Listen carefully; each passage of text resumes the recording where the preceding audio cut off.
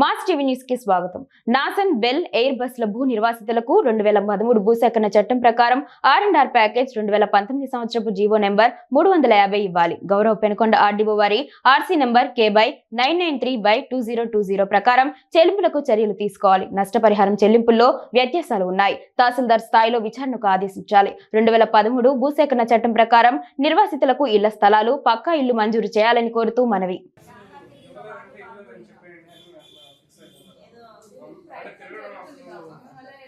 అందరూ ఇట్లా మీరు అలా చేయమని చెప్పండి. మాకు అది చాలా ఈజీ మేడం అదే కరెక్ట్ అనిపిస్తుంది కదా. కాపాడే చేయండి మేడం. టైం పడుతుంది.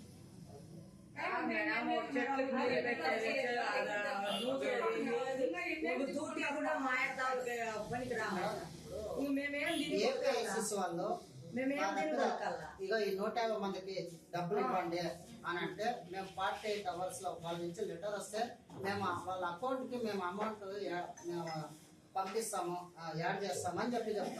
ఏపీఐసిసి మేడం ఇప్పుడు దుద్దేబండ సార్ జోనల్ మేడం చెప్తున్నారు సార్. రిటర్న్ గా కూడా మేడం ఆర్టీఓ గారికి రిటర్న్ గా రాసి ఇచ్చినారు మేడం. మీరు ఎవరైతే నిర్వాసితులు ఉన్నారో వాళ్ళ డీటెయిల్స్ ఇవ్వండి, మేము మా దగ్గర ఉన్న బడ్జెట్ దానికి అలాంటి చేస్తామని చెప్పేసి చెప్తారు. మీ అకౌంట్ కి ట్రాన్స్ఫర్ చేస్తామని చెప్పేసి రిటర్న్ గా లెటర్ రాస్తారు మేడం. మేడం తెలుసు మేడం కూడా 350 జీవో ప్రకారం 8 లక్షల రూపాయలు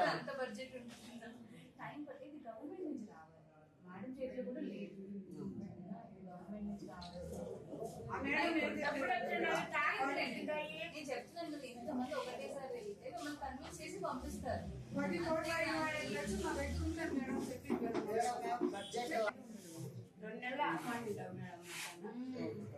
ఈ రోజు రమ్మన్నా వచ్చినాము. ఈ రోజు అప్డేట్ ఏంటంటే స్టేట్ లెవెల్ వాళ్ళతో కూడా చర్చలు జరుగుతున్నాయి. ఇది అప్డేట్.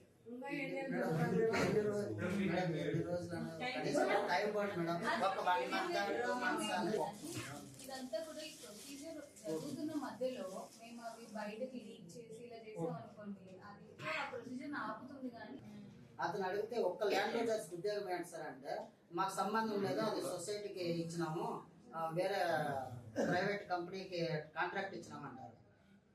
ఇతను ద్వారా మొత్తం అందరినీ కూడా అక్కడ పంపించేసి ఎంప్లాయ్మెంట్ ఇచ్చి ఒక్కొక్క దగ్గర 20,000, 30,000, 40,000 తీసుకుంటున్నారు. కానీ ఈ రోజు వాళ్ళు వచ్చి బయట చెప్పమంటే చెప్పలేదు, ఎందుకంటే ఉద్యోగం పోతారు. కానీ మాకు ఇంటర్నల్ గా చెప్పేవాళ్ళు చెప్తున్నారు.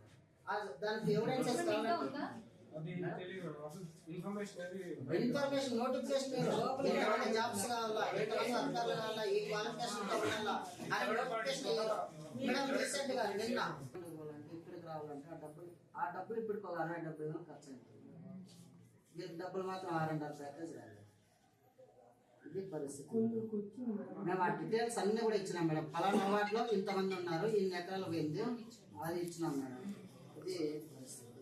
రెండోది ఫస్ట్ 1-2 అవార్డుల్లో 2,17,000 రూపాయలతో 25,000 రూపాయలతో ఇచ్చినాం. దాంట్లో ఇచ్చిన వాళ్ళంతా ఎస్సీస్, వాళ్ళకి ఇచ్చిన వాళ్ళకి అందరికీ.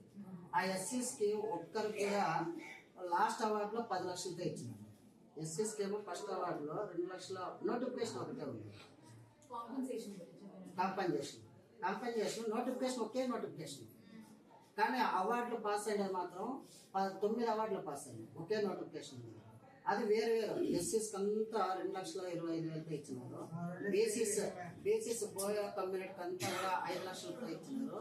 అదర్ క్యాస్ట్ వాళ్ళకంతా కూడా 10 లక్షలతో ఇచ్చినారు. ఈ వేరియేషన్ ఏముందో మాకైతే ఆ జీవో కానీ ఆ చట్టం కానీ మాకు అర్థం కానీ. మామూలుగా ఏంటి, ఒకరు కొనుక్కున్నారంటే ఓకే ఇక్కడ పక్కన ల్యాండ్ ఉందని చెప్పి మిగతా వాళ్ళు కొనుక్కుంటారు. అవునా? మీకు తెలిసిన వాళ్ళందరూ చుట్టుపక్కలే ఉంటారు. రోడ్డుకి అడ్జసెంట్ గా ఉన్నవన్నీ ఒక రేటు ఉంటాయి, పక్కనే ఉన్నారు. కొంచెం ఊరు వైపు ఇంకా వెళ్తున్నారు అనుకోండి, కొంచెం దూరం వెళ్ళేసి కొంచెం రేట్ మారుతుంది కదా మేడం. ఇప్పుడు రిజిస్ట్రేషన్ ల్యాండ్ అక్విజిషన్ జరిగినప్పుడు రిజిస్ట్రేషన్ వాల్యుయేషన్ ఏముందో దానికి 3 రెట్లు అదనంగా కలిపియాలని అన్నారు. కానీ ఇక్కడ రిజిస్ట్రేషన్ వాల్యుయేషన్ ఆ రోజుకి నోటిఫికేషన్ వచ్చిన రోజుకి మళ్ళీ మీరు అవార్డులు పాస్ చేసిన రోజుకి ఒకే రిజిస్ట్రేషన్ వాల్యుయేషన్ ఉంది. మరి అది 10 లక్షలతో ఇవ్వడమైంది, వీళ్ళకి 5 లక్షలతో ఇవ్వడమైంది, వాళ్ళకి 2.5 లక్షలతో ఇవ్వడమైంది. ఒకేసారి కాకుండా ఫేసెస్ లో తీసుకున్నాం madam. First phase 227, notification next ఒకటే phase phase 3,08,000, next phase 5,40,000, next అందరికంటే లాస్ట్ లో 10 lakhs. అది ఆర్డర్ ప్యాకేజ్ రేట్ వేరియేషన్ కూడా వేరియేషన్ కూడా కోర్టు ఆర్డర్ ఇచ్చిన దానిపైన మనము అప్పీల్ అది చేస్తాం. మేడం మా రిక్వెస్ట్ ఏమంటారు మేడం ఈ విషయం మీద మేడం రిట్ అప్పీల్ కూడా మనం వేసాం మేడం. దాని అంటే కాదు మేడం, ఇది అక్విజిషన్ పాత యాక్ట్ మేరకు జరిగింది మేడం.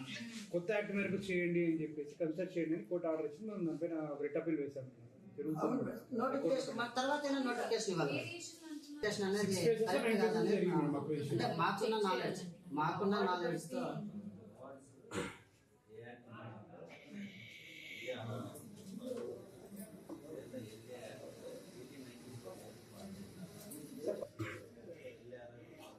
లక్షలతో ఇచ్చినారు. ఇంత తప్ప వేరే ఏం లేదు మేడం. ఇంత తప్ప వేరే ఏం లేదు. కాబట్టి మేము మా రిక్వెస్ట్ ఏమంటే ఈ విషయం మీద తహసీల్దార్ వారి స్థాయిలో అధికారిని అపాయింట్మెంట్ చేసి ఒక ఎంక్వైరీ కమిటీ చేసి ఈ నష్టపరిహారం విషయం కూడా మాకు న్యాయం చేయమని చెప్పి అడుగుతున్నారు. రిక్రూట్మెంట్ జరుగుతారు మేడం. భూములు ఇచ్చిన వాళ్ళంతా రోడ్డు మీద పడ్డారు. భూములు ఇవ్వకుండా వాళ్ళు సంబంధం లేని వాళ్ళు పొలిటికల్ గా ఎవరైతే ప్రభావితం చేస్తారో అట్లా వాళ్ళకి అందరికీ ఉద్యోగాలు ఇచ్చినారు మేడం. వీళ్ళ కసుబుడికి కూడా పనికిరారా అని వీళ్ళ కసుబుడి మేడం ఎటువంటి ఉద్యోగాలు? వాచ్మెన్ గార్డెన్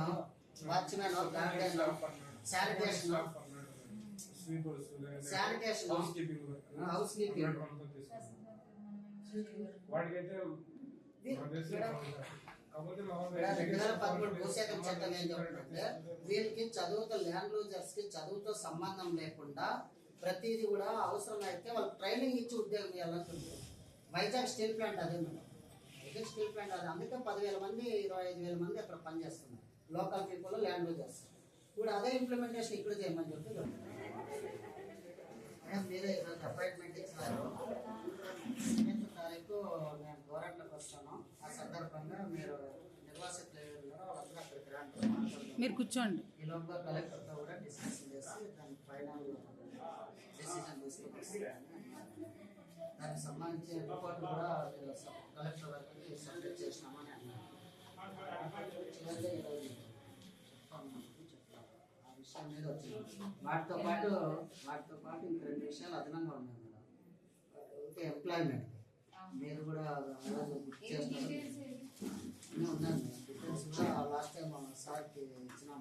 విఆర్ఓ సార్ అంటే వాళ్ళ పేరు ఎవరైతే ల్యాండ్ రూల్ చేస్తున్నారో వాళ్ళ పేరు వాళ్ళకి సంబంధించిన పిల్లలు చదువుకున్నటువంటి వాళ్ళ పిల్లల డీటెయిల్స్ అవన్నీ కూడా ఇచ్చినాము. మన విఆర్ఓ సార్ దగ్గర ఉన్నాయి మేడం. అదొకటి మేడం. రెండోది ఈ R&R ప్యాకేజ్ మేడం చాలా ఇంపార్టెంట్. మీకు ఈరోజు ఫైనల్ ఏం చెప్తామన్నారు అదే ప్రోగ్రెస్ దాంట్లో 3 రకాల అవార్డులు మేడం. ఒకటి 4 అవార్డులకు సంబంధించి లాస్ట్ ఎండింగ్ ఏదైతే అవార్డులు ఉన్నాయో ఆ ఎండింగ్ అంటే 10, 9, 8, 7 ఈ 4 అవార్డులు ఫైనల్ లాస్ట్ అవార్డులు తీసుకుని R&R ఇచ్చినారు. అది ఓకే. మళ్ళీ 6, 7, 6, 5, 4, 3 1, 2 ఇవేవి 7 అవార్డులు కూడా తీసుకోలేదు మేడం. అసలు R&R ఎలిజిబుల్కి దాన్ని యాక్సెప్ట్ కూడా చేసుకోలేదు. దాంట్లో ఏమైందంటే ఇప్పుడు మేము ఎవరైతే హైకోర్టుకి పిటిషన్ వేసినటువంటి వాళ్ళు ఉన్నారో వాళ్ళంతా అవార్డులో ఉన్నారు. వాళ్ళంతా ఉండేది ఎవరంటే ఎస్సీస్లో బీసీస్ దీంట్లో ఉండేది. ఈ ఎస్సీస్లో బీసీస్లో ఎక్కువ మంది పాలసందులో ఉన్నారు. అంతా బోయ కమ్యూనిటీ వాళ్ళు ఒక్కరికి కూడా ఒక్క R&R ప్యాకేజ్ ఒక్కరికి కూడా రాలేదు.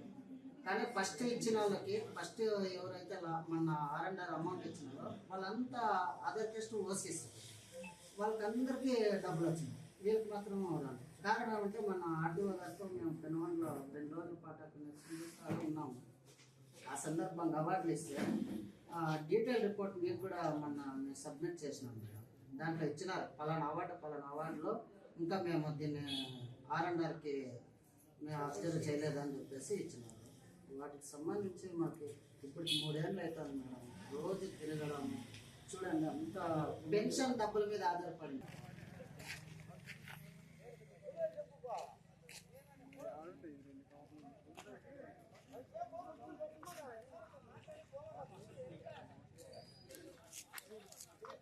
ఈరోజు గౌరవ పుట్టపర్తి ఆర్డీఓ గారు ఆదేశాల మేరకు ఈరోజు గోరంట్ల తహసీల్దార్ కార్యాలయం దగ్గరికి వచ్చి ఆర్డీఓ గారిని భూ నిర్వాసితులు అందరూ కూడా కలవడం జరిగింది. నిర్వాసితులు నాసన్, బెల్లు, ఎయిర్ బస్కి సంబంధించి భూములు ఇచ్చినటువంటి పేద, దళిత, చిన్న సన్నకారు రైతులు వీళ్ళందరూ కూడా గత 3 సంవత్సరాల నుండి 2013 భూసేకరణ చట్టం ప్రకారం నిర్వాసితులకు రావాల్సినటువంటి R&R ప్యాకేజ్ ఏదైతే ఉందో అది ఇంతవరకు ఇంప్లిమెంటేషన్ కాలేదు. ఈ ఇంప్లిమెంటేషన్ అమలు చేయాలని చెప్పేసి గౌరవ హైకోర్టును కూడా ఆశ్రయించడం జరిగింది. అదేవిధంగా ఆంధ్రప్రదేశ్ వ్యవసాయ కార్మిక సంఘం రాష్ట్ర కమిటీ హైకోర్టులో పిటిషన్ కూడా వేయడం జరిగింది. పిల్ నంబరు 191. ఆ రకంగా పిల్ల ఆదేశాలు ఉన్నా ఇప్పటి వరకు వీళ్ళకి R&R ప్యాకేజ్ రాలేదు. అదేవిధంగా 18048 రిట్ పిటిషన్ ద్వారా కూడా నిర్వాసితులు హైకోర్టులో కేసు వేయడం జరిగింది. ఆదేశాలు ఉన్నా కూడా అధికారులు ఎవరు కూడా ఇప్పటి వరకు నిర్వాసితులకు R&R ప్యాకేజ్ ఇవ్వడంలో చొరవ చూపడం లేదు. దీన్ని నిరసిస్తూ అనేక నిరసన పోరాటాలు చేసినాము. చివరికి మొన్నటి రోజు కలెక్టరేట్ కార్యాలయం దగ్గర ధర్నా చేసినప్పుడు పుట్టపర్తి ఆర్డీఓ గారు ఒక హామీ ఇవ్వడం జరిగింది. 7వ తారీఖున నేను గోరంట్లకు వస్తున్నాను, ఆ సందర్భంగా నిర్వాసితులతో మాట్లాడి వాళ్ళ సమస్య పరిష్కారం చేస్తామని చెప్పినారు. ఈ హామీ మేరకు ఈరోజు ఆర్డీఓ గారిని కూడా కలవడం జరిగింది. ఆర్డీఓ గారు మాట్లాడుతూ ఇది ఫైనాన్షియల్కి సంబంధించినటువంటిది, బడ్జెట్ సంబంధించినటువంటి విషయం కాబట్టి ఇది ఇప్పటికే మేము రాష్ట్ర ఫైనాన్షియల్ వారి దగ్గర కూడా మాట్లాడుతున్నాం, సంప్రదింపులు జరుపుతున్నాం. ఈ నిర్వాసితులకు అయితే R&R ప్యాకేజ్ ఇవ్వాల్సిందని చెప్పి చెప్తా ఉన్నారు. అయితే ఈ కాలయాపన జరుగుతూ ఉంది. కాలయాపన జరగకుండా నిర్వాసితులకు న్యాయం చేయాలని చెప్పి చెప్తా ఉన్నాం. అదేవిధంగా నాసన్, బిల్లుకు సంబంధించిన దాంట్లో స్వీపర్లు, శానిటేషను, కుక్క, అదేవిధంగా హెల్పర్లు ఇట్లాంటి పోస్టులు ఉన్నాయి. ఈ పోస్టులు అన్నీ కూడా నిర్వాసితులకు ఎవరికి కూడా భూములు ఇచ్చినటువంటి పేదలకు ఇవ్వడం లేదు. అక్కడ ఉన్నటువంటి నాసన్కి సంబంధించినటువంటి ఎవరైతే సైట్ ఇన్ఛార్జ్ ఉన్న శ్రీకాంత్ రెడ్డి గారు, వీరు పూర్తిగా నిర్వాసితులకు మోసం చేసి బయట వ్యక్తులకి లాలూచిపడి ఆ రకంగా ఉద్యోగాలు ఇస్తున్నటువంటి పరిస్థితి ఉంది. దీని మీద విచారించమని చెప్పేసి అడుగుతున్నాం. అదేవిధంగా నిర్వాసితులకి నష్టపరిహారం ఏదైతే ఇవ్వాల్సి ఉందో ఆ నష్టపరిహారంలో కూడా వ్యత్యాసాలు ఉన్నాయి. ఆ వ్యత్యాసాల మీద మండల స్థాయి, తహసీల్దార్ వారి స్థాయిలో విచారణ కమిటీ వేయమని చెప్పేసి చెప్పడం జరిగింది. వాటన్నింటి కూడా జిల్లా కలెక్టర్తో మాట్లాడి 2-3 రోజుల్లో ఈ విచారణ కమిటీ వేస్తామని చెప్పేసి ఉద్యోగ విషయం మీద రాష్ట్ర ప్రభుత్వంతో మాట్లాడి వీలైనంత తొందరలో ఇస్తామని చెప్తున్నారు. ఈ హామీని తక్షణం అమలు చేయాలని చెప్పేసి కోరుతున్నాం. లేని పక్షంలో 15 రోజుల తర్వాత నిర్వాసిత ఆంధ్రప్రదేశ్ వ్యవసాయ కార్మిక సంఘం ఆధ్వర్యంలో పెద్ద ఎత్తున నిరసన పోరాటానికి పిలుపు తీసుకుంటామని చెప్పేసి, అవసరమైతే ఆర్డీఓ దగ్గరే వంట వార్పుతో మా నిరసన కార్యక్రమాన్ని కొనసాగిస్తామని చెప్పేసి ఈ వ్యవసాయ కార్మిక సంఘం తరపున, జిల్లా కమిటీ తరపున తెలియజేస్తున్నాం. నా పేరు పెద్దన్న, ఆంధ్రప్రదేశ్ వ్యవసాయ కార్మిక సంఘం జిల్లా కార్యదర్శి.